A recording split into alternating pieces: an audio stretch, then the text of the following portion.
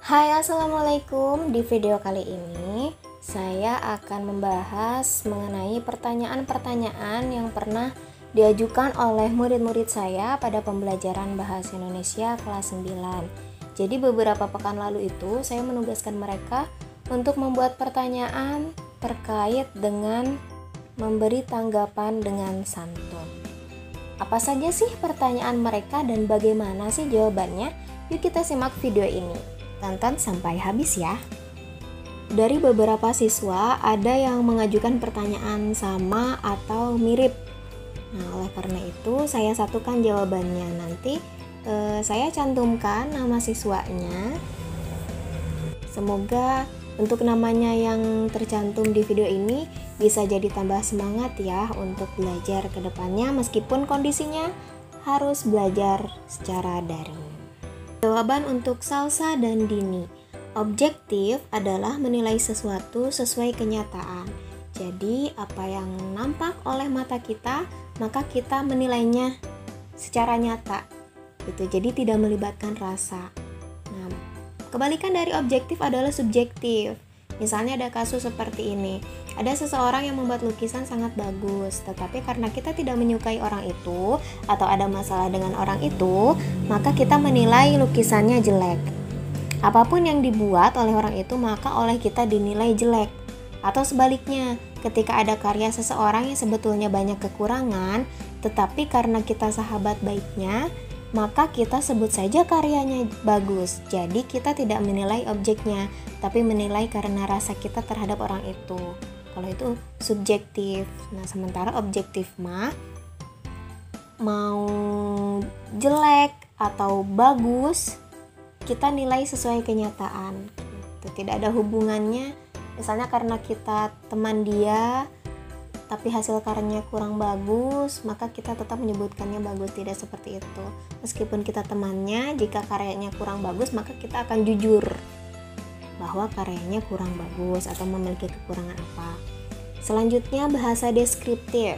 Nah, bahasa deskriptif adalah bahasa yang menggambarkan sesuatu sehingga pendengar atau pembaca seakan dapat melihat, merasa, dan mendengar sesuatu tersebut. Misalnya, ada objek yang akan kita deskripsikan. Kita coba deskripsikan kucing ini. Maka kalimat deskriptifnya bisa seperti ini.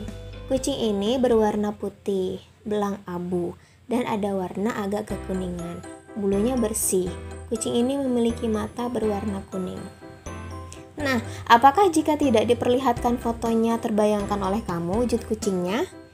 Jika terbayangkan, maka itulah yang disebut dengan kalimat deskriptif.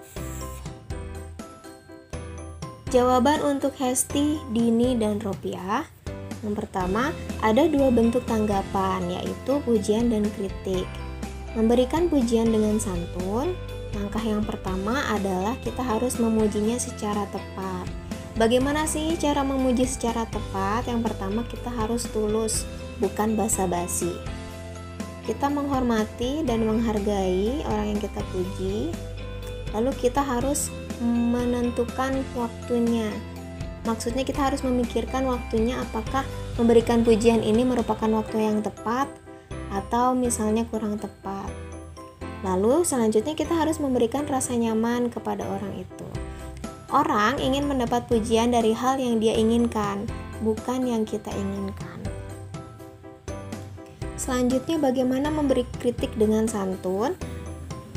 Yang pertama, kritik harus memiliki nada positif dan fokus pada tujuan yang jelas dan dapat dicapai.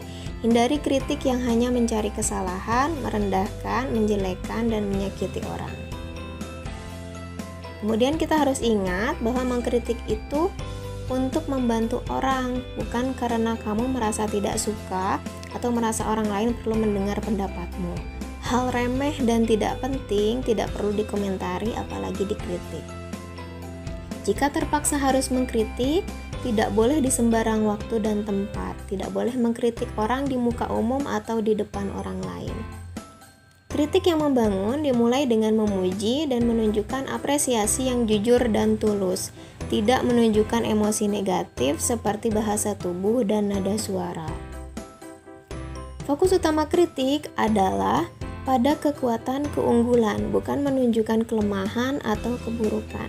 Kritik yang berfokus pada kesalahan dan kelemahan bukanlah kritik, tapi mencela dan mencaci. Ada alternatif lain, yaitu memberi saran daripada kritik. Jadi biasanya kalau diberikan saran, orang lain tidak akan terlalu sakit hati gitu, karena dia merasa terbantu. Selanjutnya jawaban untuk Nurul. Yang pertama, sesuatu yang terrealisasi itu artinya sesuatu yang terwujud. Realisasi adalah perwujudan atau sesuatu yang diwujudkan.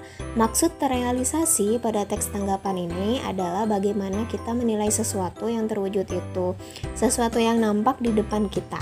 Misalnya, ada seorang seniman yang merealisasikan imajinasinya melalui lukisan, atau seorang koki yang merealisasikan makanan, atau seorang teman yang menampilkan riasan wajahnya.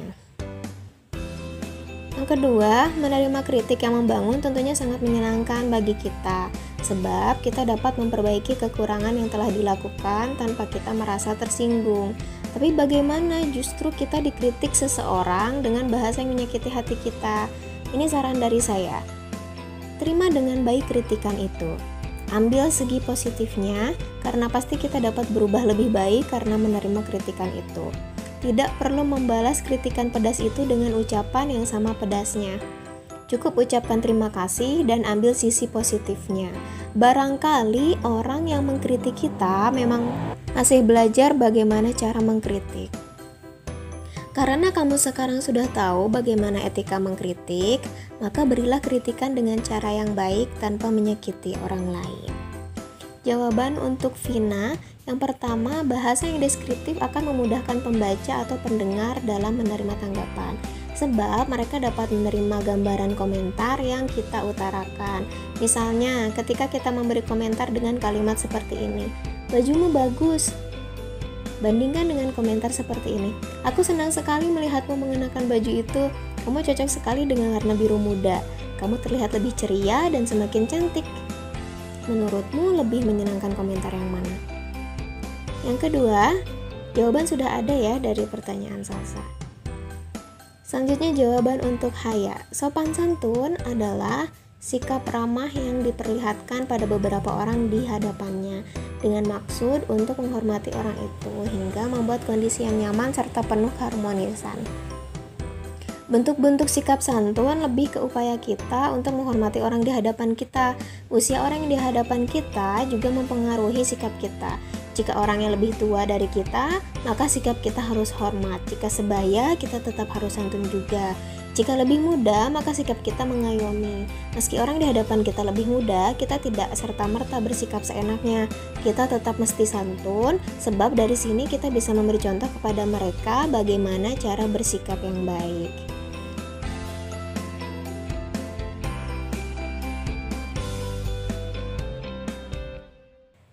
Jawaban untuk Andi. Yang pertama, santun adalah tingkah laku, tutur kata, atau budi yang baik. Beberapa hal yang dapat menghambat perilaku santun adalah pendidikan dari keluarga, sekolah, dan masyarakat. Jadi, lingkungan sangat berpengaruh terhadap kepribadian seseorang. Jika seseorang tumbuh di lingkungan dengan penuh kriminalitas, biasanya sikap sopan santunnya akan minim. Tapi tidak menutup kemungkinan jika orang tersebut memiliki pemikiran yang dewasa dan berusaha untuk menjunjung tinggi nilai sopan santun. Yang kedua, dampak positifnya tentu banyak. Salah satunya dapat menjaga keharmonisan antar sesama. Dengan menjunjung tinggi sikap sopan santun akan tumbuh rasa saling menghargai sesama.